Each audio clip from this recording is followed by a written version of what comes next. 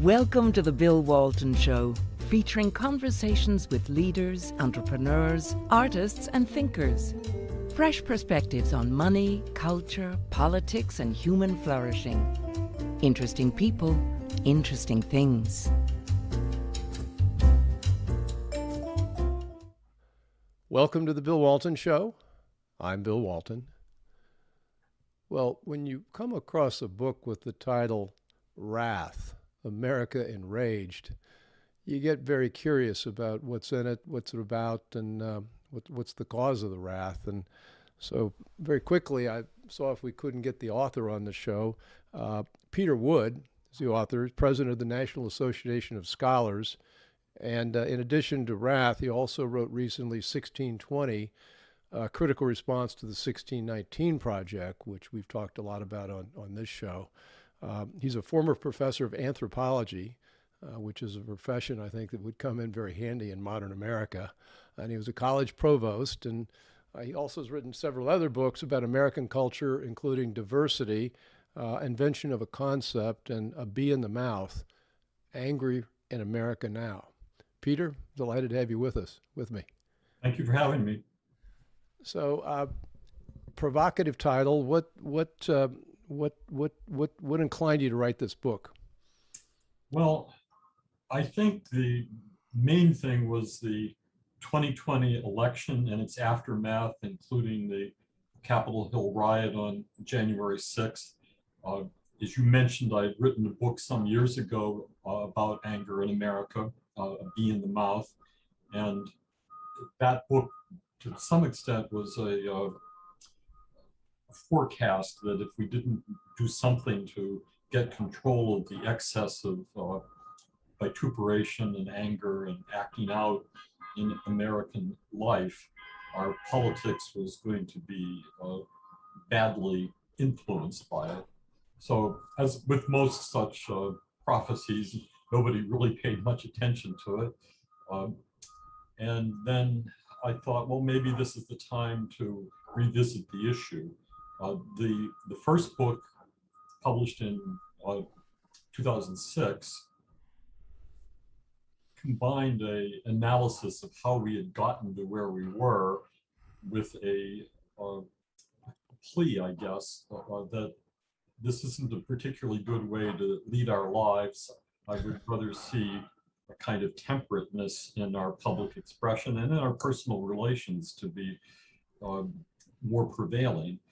But by the time we got to the 2020 election and its aftermath, I too had been infected to some degree by this new anger, as I call it, in that I think that some of the response from the deplorable class, as Hillary called them, was justified, that the anger at the mischief that took place in 2020 and the recategorization after the fact of the riot on Capitol Hill as an insurrection struck me as a deliberate effort to marginalize dissent in this country. So that's where the book came from. You framed it as a binary, which I agree. You talk about the left and the right. I don't know if those are the right words to describe the division, but you believe that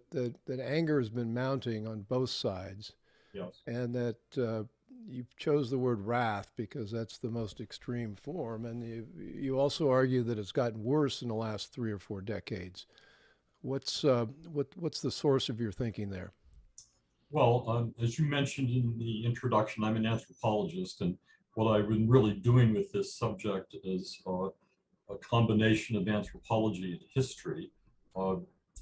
There, by the testament of plenty of people, but easily documented, was a strong ethic in America up until the years after World War II that counseled people to engage in emotional self-control, that ability to get angry, but maybe learn how to turn it off or turn it down or channel it in a productive direction.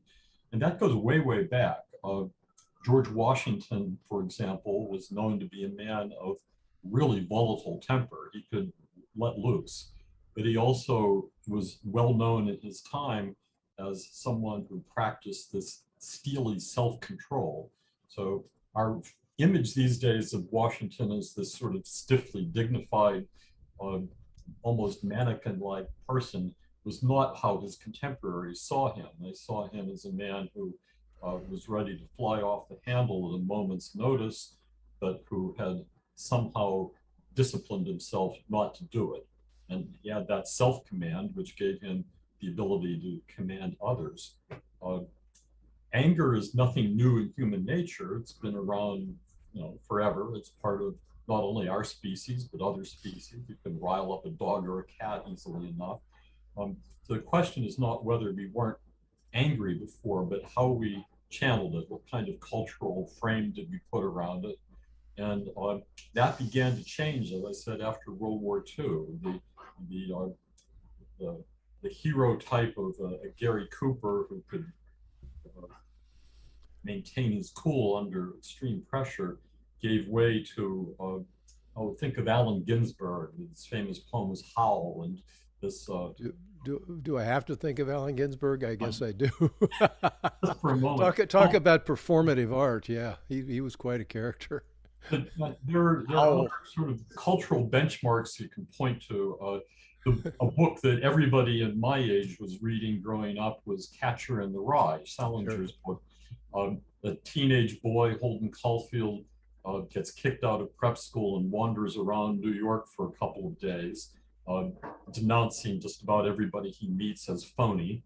It turns out in the last chapter of the book, we learn that Caulfield is talking to his shrink, and this whole book has been his confession. Well, he's an angry young man, but what we get out of it is two things that were emerging at that time. One was this, the discovery of psychoanalysis, which is teaching you that repressing your anger is going to come back as neurosis. So it's just not mentally healthy to bottle up your anger the way many generations of Americans have been taught to do. Yeah, and that it's not your fault; it's your mother's. And the other well, thing, that's a theme I wanted to ask you about. You raised Catcher in the Rye. A friend of ours, Diana West, has written a book, Death of the Grownup, and it seems to me like there's a path here where, with Catcher in the Rye, and then the '60s generation, the baby boom. Do your own thing, express yourself, don't trust anyone over 30. The grown-ups were shoved aside, and the grown-ups were the forbearing ones, the ones that restrain their anger and their emotions. And in return, we got an anything go, and whatever emotion you have, let it loose. Is that roughly the way you see it? That's roughly where I'm going with it. I mean, I think West has it right. I do think that the emotional patterns people get are really established pretty early on in childhood. Parents teach children how to behave and or not to behave. And what happened with the infusion of anger as this liberating force, in at least for the elites in the early 1950s, it took a couple of generations for that to become normal, for parents to tell their children, it's okay, just let it all out. And so the adults just didn't disappear all at once. It took more than a couple yippie style riots in the 1960s to erase this. But if you repeat the pattern generation after generation, you eventually get to the point where emotional expressiveness triumphs over everything. Now, when we say emotional expressiveness, when I say it anyway, and you could think, okay, it's great, we can express our love for one another more freely. Well, maybe, but the emotion that is really licensed to come flying out is anger. That's the one that was being really restrained before, and now it takes on sort of social utility. The protest movements starting in the 50s again found that anger was a way to empower yourself and others. You can get them excited and get a crowd moving. So anger begins to be not something just that people do towards each other, but can be framed as a way of pursuing social justice. Well, isn't there a double standard though? I mean, we saw it 2 summers ago with the riots after the murder of, or not, well, whatever it was called, the murder of George Floyd, or and I prefer to say his death in police custody. I think death, and that's where I am on it. I don't want to fall into the media word, but the the left is celebrating those riots as an expression of justified rage against the system. And so we witnessed burning after burning after burning of city after city after city, and that was okay. That was just an expression of justified emotion. And yet you take it, look at what happened with how the January 6th march on the Capitol Hill was characterized as an insurrection, as you know, what are they saying? It's the worst thing since the Civil War. I mean, the way they've characterized that is way out of tune with what actually happened there. Double standard operating. How do you see that playing out? I mean, at what point do the people on the right say, "Look, we get to do the same thing"? Well, I hope people on the right decide not to do the same thing, but the unraveling of this, I think, is something that really starts to take form in the early days of George W. Bush administration.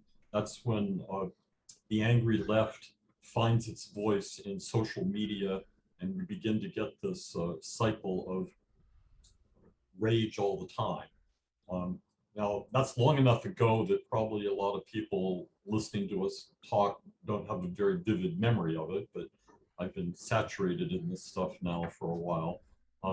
There was a moment when Jonathan Chait, a well-known political pundit, wrote in the pages of the New Republic, a formerly very respectable kind of political publication, began an article, "I hate George W. Bush." There, I said it. And he gets a tremendous relief that he can rip off the mask and express his vitriolic hatred of the president. Well, that's somebody who's sort of on the highbrow end of the spectrum, discovering the liberating force of expressive anger. The anger that I think becomes a political force for the left, if we're going to be binary about it, is this a lifestyle of almost constant rage, renewed maybe every morning by going to the internet and seeing what your fellows on the Daily Kos or something are griping about that day. So a lifestyle comes into it. It's not simply that I'm enraged that the Supreme Court handed the presidency to Bush and not to Gore. Rather, it's I can be irritated all the time, and that becomes kind of part of my character. Now, I set that up as a contrast to the anger on the right, because while people on the right are equally human and can get peeved about things, they seldom turned it into a lifestyle. It was not the ruling passion of people's lives. Conservatives tend to see politics as just one part of life, and they've got other things going on, their family, their jobs, or church, or clubs, that sort of thing. And it made it difficult for conservatives to take entirely seriously that the other side was just simmering with rage all the time. Well, we saw that change with the 2016 election, in which the left responded to Trump's victory there with this outpouring of quite astonishing expressive rage. There was the, I think, fairly called riot on Inauguration Day, with the women coming to town and wearing their pussy hats or whatever they were called.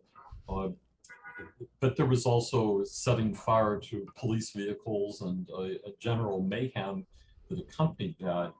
The rage that started then was fueled by the accusations that Trump had colluded with Vladimir Putin, and we were on to this 4 years of continuous hectoring, backed by the FBI and other law enforcement authorities that made people on the right feel that their election was being delegitimized by the mainstream press right in front of them. So a Well, sense. it was. It certainly was. Their refusal to accept Trump as president was absolute. This is the Bill Walton Show. I'm talking with Peter Wood, brilliant scholar, about his book Wrath and about how anger seems to have consumed America on both sides of the argument. One of the points you make in the book, Peter, is the role the media has played in this, and that I think the progression that you're talking about over decades is that the media went from the business of trying to create informed citizens, and I think your term, and maybe you're quoting somebody else, is it's become in the business of creating enraged citizens, and that and anger sells. Anger sells on cable, it sells in the print newspaper, it sells online, and it seems like that's been captured as a very effective way to build ratings and ad dollars. Well, I think anger is, for one thing, it's entertaining. It's a spectacle. When you see other people angry, you tend to pay attention to it. But it's also uh, clearly a tool that gets people up out of their seats and willing to do something, whether it's to riot in Kenosha or uh, maybe play some mischievous role in an election. That motivating factor combines with the entertaining factor that puts the press in this situation of, okay, why not anger? Why not just play this all the time? A figure like Walter Cronkite back in the day, not somebody who I have the highest regard for, but his affect, the emotional front that he put on the way he was subtly bringing his politics into CBS News was always, the word was avuncular. He was everybody's uncle. And that was not the picture of an uncle who was off on a tirade. He was kind of gentle and unassuming. Um, it's hard to think of a figure who has a large access to the media now who represents anything like that. Maybe it's you. I'm working on it. I'll have to get a pipe. No, but it is, this is one of the purposes of the show, to talk about issues in a way that we can do it without ad hominem attacks on the other side. And Jonathan Chait, opening with I can say it, I hate George Bush, is really, he's reduced himself to really a child. Well, there is something childish about anger. In fact, if I can indulge my interest in history on this, please. We have the word tantrum, which is actually a pretty recent word. It seems to have come out of British society at the end of the 18th century. It was very quickly adopted by Americans. Why? It was a word that could be used to stigmatize childish rage. And it was clearly a word used for, I guess we social scientists would say, social control. It's telling you that Chait kind of behavior is childish and not to be indulged. So even if you're just overwhelmingly angry, it's not the place to go out in the public square and display it. In the past, people who did were almost immediately marginalized. John Brown of the Harper's Ferry raid was a very angry man by all accounts, but not respected for it. The idea that you give in to your maybe justified hatred of the system of chattel slavery in the country by going out and slaughtering people was just not uh, how adults were meant to conduct themselves. So um, I think that this dissent, where are the adults in the room? Are we marginalized adulthood? Well, yeah, we have to a fairly large degree. I see conservatives as fighting back against that. When uh, parents show up at school board meetings these days, some of them behave in a childish way. They rant or they scream, but most of them are there with kind of good talking points. They've done their homework. They know what's going on in the schools, and they want to challenge the members of their school board about what they're doing. Um, the characterization of these parents, and by no means are they all conservative. They're just parents, but characterizing them as Merrick Garland did as domestic terrorists, or as many on the right are doing, it's just as out of control people, is the sort of thing that really drives people like me to distraction.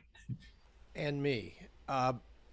You write something pretty interesting. You write this wrath is further prodded by a progressive elite that seems to take sadistic delight in devising new ways to torment ordinary Americans. And then, we run down the list: the AntiAmericanism, the 1619 Project, critical race theory, abolishing our national border, flooding the country with illegals and really with abandon, defund the police, climate change. We should shut down the economy because of a 1 degree rise in the Earth's temperature, driving up gas prices.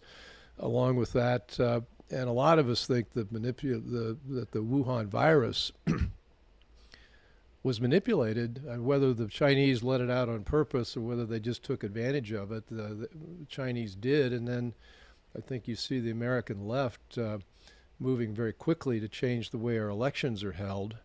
And now we find ourselves with bills in Congress that want to enshrine the kind of voting abuses that took place in 2020 and make it part of permanent law. It seems designed to goad us into the wrath that we're talking about here. I for one wonder how this ends. I fear it. I fear it ends badly, but I don't know what badly looks like. Right. Well, I do think that at least some on the left are deliberately goading the right. Uh, Actually, I'll go a little bit further than that. I think the FBI's operation in Michigan, where they uh, essentially orchestrated a kidnapping plot against the governor there, uh, was the template for what the FBI was doing on January 6th. I only saw the headlines. The FBI really was involved in kidnapping, the plot to kidnap the Michigan governor. Yes, well, the FBI, in the form of about half of the participants in the plot, were paid informants of the FBI, where they were FBI agents or just people who had been groomed by the FBI. But the, uh, the plot there was clearly one that did not uh, occur spontaneously among the plotters. They were uh, coached into doing it, and when they finally committed to a plan that they hadn't devised, they were arrested for a conspiracy. Well, the more fools they to have been caught in such a nefarious web. But what a disgrace that our most important law enforcement agency in the country would engage in that sort of thing. We would call it in most circumstances entrapment. I'm not a lawyer. I don't know if this actually meets the definition of entrapment, but I would expect that the attorneys for those who have been arrested are going to mount a defense along those lines, unless they've been further tempted into plea bargaining out so that they can avoid long jail terms. But in any case, it's I suppose, unproven at this point, but it seems very likely, given the evidence that has come out, that the leadership of the Proud Boys and some of these other groups that allegedly were fomenting a riot on Capitol Hill were in fact people colluding with the FBI. Why is the FBI doing this? I think their theory of it goes something like this. There's bad people out there who mean to do terrible things if we don't catch them beforehand, but they're very hard to catch while they're fomenting their own plots. So let's infiltrate them and give them a plot, and we can prevent them from doing something worse by tempting them to do something now. Well, that's one way of reading what happened on January 6th. Maybe it's too conspiratorial, I don't know, but the facts will presumably eventually come out. But even if there was no FBI involvement, the recategorization of the whole thing as an insurrection doesn't meet a kind of common sense test.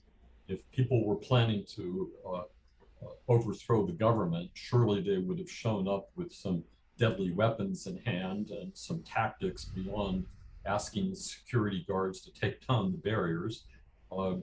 There was something about it that never really added up. And thus, well, I guess I'm circling back to this idea of why is the right on the point of wrath? Well, in my sort of offhand construction of this, wrath isn't just more intense anger. It's the place that anger goes to when its legitimate outlets have been boarded up or chained shut. So when Americans find that the courts aren't interested in their grievances, that the law enforcement authorities stand down, that our elected leaders say you're all in the wrong, and where the press incessantly repeats the idea that election mischief was the big lie, or that anybody who doubts the insurrection narrative is disloyal, then you have wrath.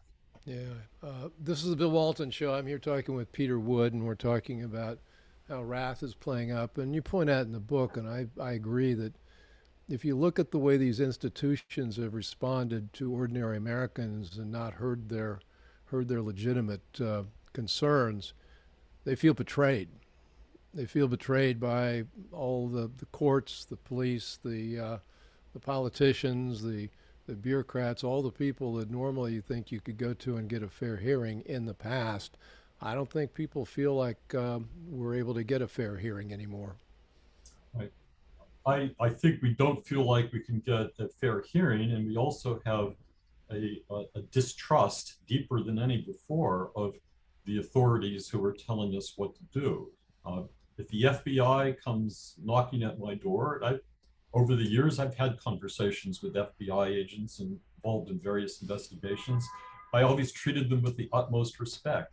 I think these days, maybe I just don't want to have that conversation. I don't trust them. But there's that distrust that applies to some other things. You've mentioned a few of them. The COVID mandates, the way in which the whole epidemic was framed for us and became an excuse for the federal and state governments to assume enormous powers that they never had in the past, all justified in the name of safety, and all presented initially as these are just temporary emergency steps, but we've seen the emergency sort of diffuse out into being a permanent condition. There's the climate change stuff, a topic I've been interested in for decades. I remember when the great climate change worry was that we were going to freeze to death in a new ice age. Then within the space of about 2 years, it pivoted, no, we're going to bake to death in a Sahara of some sort. The beginning of that narrative was a UN report in 1987. The former Prime Minister of Norway led a commission and came up with the idea of sustainability. Well, that word is now almost omnipresent in our lives, and it's very connected with the global warming climate change narrative. sustainability was in its birth kind of access road to socialism. It was saying, let's take our resources of the world and distribute them equitably and with a mind that we shouldn't use up anything now that might be of use to future generations. And that definition goes into the thinking that if the earth heats up a little bit or a lot, we are somehow compromising the ability of future generations to enjoy the good things we've had. Well, that sounds like such an appeal to good sense. Who could be against it? But then you find that the whole global warming narrative segues so easily into, well, the real problem is capitalism, and if we can just rid ourselves of the profit motive and go to some sort of benign collective economy that is completely global, we'll avoid this great catastrophe coming down. Sounds like we're in my view is the climate change is a ruse, is a guise, disguising not very well disguising an economic and power and social agenda. And if you look at the hardcore climate people, they're degrowth people who think the world economy should be shrinking. And of course, with the world economy growing in the last 250 years, we brought billions of people out of poverty, out of starvation, into pretty good lives. And they want to turn the clock back on that. And exactly. I think there's a professor at Middlebury College named Bill McKibben, who's one of the leaders of all this. McKibben is on record as saying that the human population of Earth should be reduced by 9/10. That's 9/10, 90%. 90%, because then we would have a population that could easily survive by basically subsistence farming and hunting and gathering. We'd no longer need a fuel on. I need to share something with him that the populations of the Earth is slow. The growth is slowing dramatically. China's fallen below replacement rate. Japan's long been below that. Even Africa is beginning to see the birth rate decline. Western Europe certainly. So they're going to get what they want with fewer people, without having to put us through all this hell. Well, in any case, one thing I wanted to ask you about. You're involved with in fact, you lead a very interesting group called the National Association of Scholars, and I hadn't heard about it before I came across your book. And evidently, there are a lot of like-minded people on or about campuses that share our point of view, and you've gathered together, I think, probably to research and reinforce your thinking. Well, we number about 4,000. That's the actual members of the organization. Our mailing lists, all told, bring the sort of followership, I would say, closer to 20,000. Been around since the early 1980s, and were formally incorporated in 1987. So this organization, I guess, could be called the remnant of those who still believe that a classical liberal arts education is a good idea, that the front and center in higher education and in all education should be things like the pursuit of truth and intellectual freedom. We add to that the cultivation of good citizenship, virtuous citizenship. Not ideas that would have been terribly controversial not so long ago. These days, those things, pursuit of truth, virtuous citizenship, intellectual freedom, add up to fascism.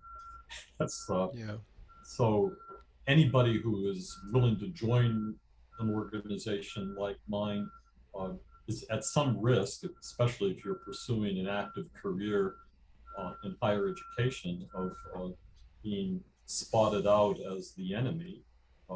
We don't make our membership list public for that reason, but we try to be, say, truly faithful to the mission. Although I can talk to you and others in a fashion that suggests that I'm pretty partisan, And that's true. I see myself as a conservative, and I'm trying to promote an agenda that I think makes sense to the common man in America. The organization itself approaches these things with real resolve to present a factual, neutral account of what's actually happening. So we do in-depth research reports. Some of them are hundreds of pages long. We take up subjects like the sustainability movement or China's Confucius Institutes or administrative bloat on campus. We're taking a look at the natural sciences and how they've been infected by a kind of crisis of irreproducible results. So we try to cover the whole waterfront in higher education. Lately, we've been moving into some areas of K-12 education with the 1619 project and stuff like that. But I want to do it in a non-polemical way. And the purpose of this is that we give people who are undecided, as well as people who may already have strong opinions, a genuine knowledge basis to deal with the issues at hand. I think that's the role that we can play in the political economy of America. We're providing something that doesn't otherwise exist. Well, you call yourself partisan. I guess I call myself partisan. But coming back to this idea of the divide, there's a real bifurcation. It's a binary. I think you called it binary distinctions. On the one hand, you got the left who are secular, and they've been, I guess, since the French Revolution, and they're globalists, they're elitist, they're statist, environmentalist, strongly attached to victim group policies. And on our side, we believe in faith, and we believe in the nation and borders and family and the integrity of local communities. And we don't agree. I mean, there's a fundamental division, and we no longer really can agree on facts. I mean, global warming, climate change is a good example. We've got lots of people, very smart people on our side, that agree that the situation is not nearly dire and certainly doesn't require the draconian measures they're trying to bring about. And then the virus, the Wuhan virus, lots of information now about how lethal it really is and to whom, and what the proper measures are to deal with it. And yet you can't get people to agree on even those basic facts. There are organizations and individuals who preach the message of let's go back and find the middle. The group called Braver Angels, for example, that tries to bring together left and right to have productive conversations. I don't fault them for trying, but I am just not capable of believing that you could get a so-called climate denier and a climate fanatic in the room together and find much of a productive conversation. They're always very short conversations and very quickly grow personal and heated and filled with wrath. And, just a quick aside, I originally started this show a few years ago, and I had the title was Common Ground, and I was seeking the same thing. And then after a few stabs at it, I really couldn't find much common ground. So I really focused on what I thought were true things and wanted the show to be about true things and highlight those. But I think people trying to find the middle now, that's a tough task. I spent yesterday working on a book review of a book by a man named Evan Osnos. He's a writer for the New Yorker magazine, and he wrote Joe Biden's campaign biography.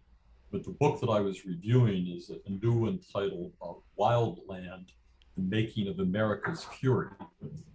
So what it is the mirror opposite of my book, Wrath, America Enraged. Osnos takes his timeline from 9/11 to January 6th. So he and I agree on one thing, that America has become a very angry place. But Osnos's view of it is that, well, it's just these irrational people on the right who were made fearful by the attack on 9/11. Their world started falling apart and they didn't know what to do. And that made them prey to these demagogues like Sarah Palin and the people who led the, uh, uh, well, he takes it up to Trump and beyond, but we're in this land where if only we can get beyond those terrible people who have been twisting the fears of ordinary folk, the ordinary folk will come over and we will once again have a country where we can trust that democracy will do its thing. Democracy, in his view, being essentially the folk will settle down and listen to what their betters tell them they should do. So wild land. Democracy worked very well in the Soviet Union with one party. Exactly. Yeah, the worldview of Mr. Osnos and mine, they said they can exist in the same room because they're in the same room right now. But I'm astonished that when I put the books on top of each other, they don't burst into flames. This is the Bill Walton Show. I'm here with Peter Wood, and we're talking about the divisions in America. And we've got a few minutes left. And Peter, speculate. I feel this tremendous anger, and a sense of betrayal that our institutions have gone to the dark side. Yet I very much do not want to provoke something that we would all regret. And so, in your group, in your book, in your writings, have you thought about some lines of action that might lead us out of this this terrible place? Well, I have hopes more than I have lines of action, but I do see that the spontaneous creation of a movement of parents to go to school board meetings and push back against the 1619 project and it's the diversity, inclusion stuff and critical race theory is a hugely positive development. Those are not people who are picking up their AR-15s and trying to enforce their point of view with bullets. The decision of airline pilots and air traffic controllers to sit at home, stick out, rather than accept the vaccine mandates, similar things that happened here in New York with police, firefighters, and some teachers, point me to a spirit of civil disobedience that is not violent. It's just this willingness at some point to say no more, we're not going to get away with it. We have the Durham investigation coming along at a glacial pace, but that appears to be doing its work slowly to rid the country of the idea that the press played a very wholesome role or the law enforcement authorities were to be trusted when they went after Trump for 4 years. So I take it that those are avenues that should be encouraged at every moment. There are things that can be done short of becoming violent. The left wants conservatives, the right, the deplorables or whatever we call them, to act out, to be the first ones to throw a punch or to throw a punch back after one's been thrown at them. The trial in Kenosha right now is a good example of that. Anybody who does resist violently is going to be held up nationally as the image of who conservatives really are. They're just being restrained at the moment by superior force, but we need, say, the Bidenistas even more power to keep those people down because they're dangerous. Well, I want to be dangerous in the sense that we want to be able to challenge this new authoritarianism that has taken away the consent of the governed and undermined many crucial aspects of our republic. You're not going to get there by simply playing by their rules, but the way you break the rules has to be shrewd, and it has to be nonviolent. It has to figure out where the pressure points are. That's the best I can do. Well, I agree. I've been involved in thinking about this for not as long as you have, but I've learned about this communist from Italy, that Gramsci, that talked about the need to take over the cultural institutions, and he called it, we need to go on a long march through the institutions. And 100 years on, he wrote in the 20s, they've succeeded. And if I have a hope, it's the hope that what's going on in the schools now might be the thin end of the wedge, that we can begin to take some things back. Because it seems like every time you and I and other people of our mind, or like-minded, talk about this, we talk about, if we could just get education, if we could get K-12 education, we could do a lot of good and begin to change a lot of other things. And of course, the barriers to getting in there, not just school boards, but it's teachers unions, curriculum developers, consultants, the whole education establishment, which is aligned against us. But with the lockdown, they may have made a mistake, because all of a sudden the mothers and parents started seeing what their kids are being taught. And for the first time, they're saying, no, we don't want that. They're our schools, they're not your schools. And I think if we can push that through the next election and make that a much, much more pronounced movement about not taking back just schools, but taking back our culture, that might seem to be a peaceful way to bring it about. Well, the term culture war to me is a very real matter. I think we need to be contesting things in schools, first of all, but it belongs in how we handle the arts and literature and music. Whatever is out there right now is essentially an arm of propaganda for this progressive left worldview. Not necessarily in every case its political view, but the culture that pervades is what tells people how to lead their lives, what's permissible, what is the good way to be. And if the good way to be is angry all the time, we're not in a good place. That's not what America is all about. So I'm encouraged by the results of the election earlier this month, but I'm also thinking that a head of steam has been worked up that should, if things go well, play out well in the midterm elections next year, and we'll get somewhere with this. Nonetheless, we're still left with the Biden presidency and all that entails. Well, yeah, I don't even want to think about that full term. Peter Wood, thank you. Author of a great book, Wrath, America Enraged. I highly recommend you pick it up. It's very interesting reading, really sort of tells you how to got to where we are today. And Peter, I look forward to talking with you again sometime in a not too distant future about maybe some things that have developed this year that are going to move the country back in the right direction. Well, thank you so much for having me. Thanks for joining.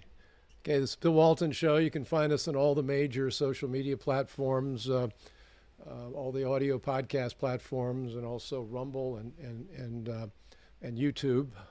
Occasionally YouTube takes exception to our content, but I think this time it's been unexceptionable, and you can find us on YouTube quite soon.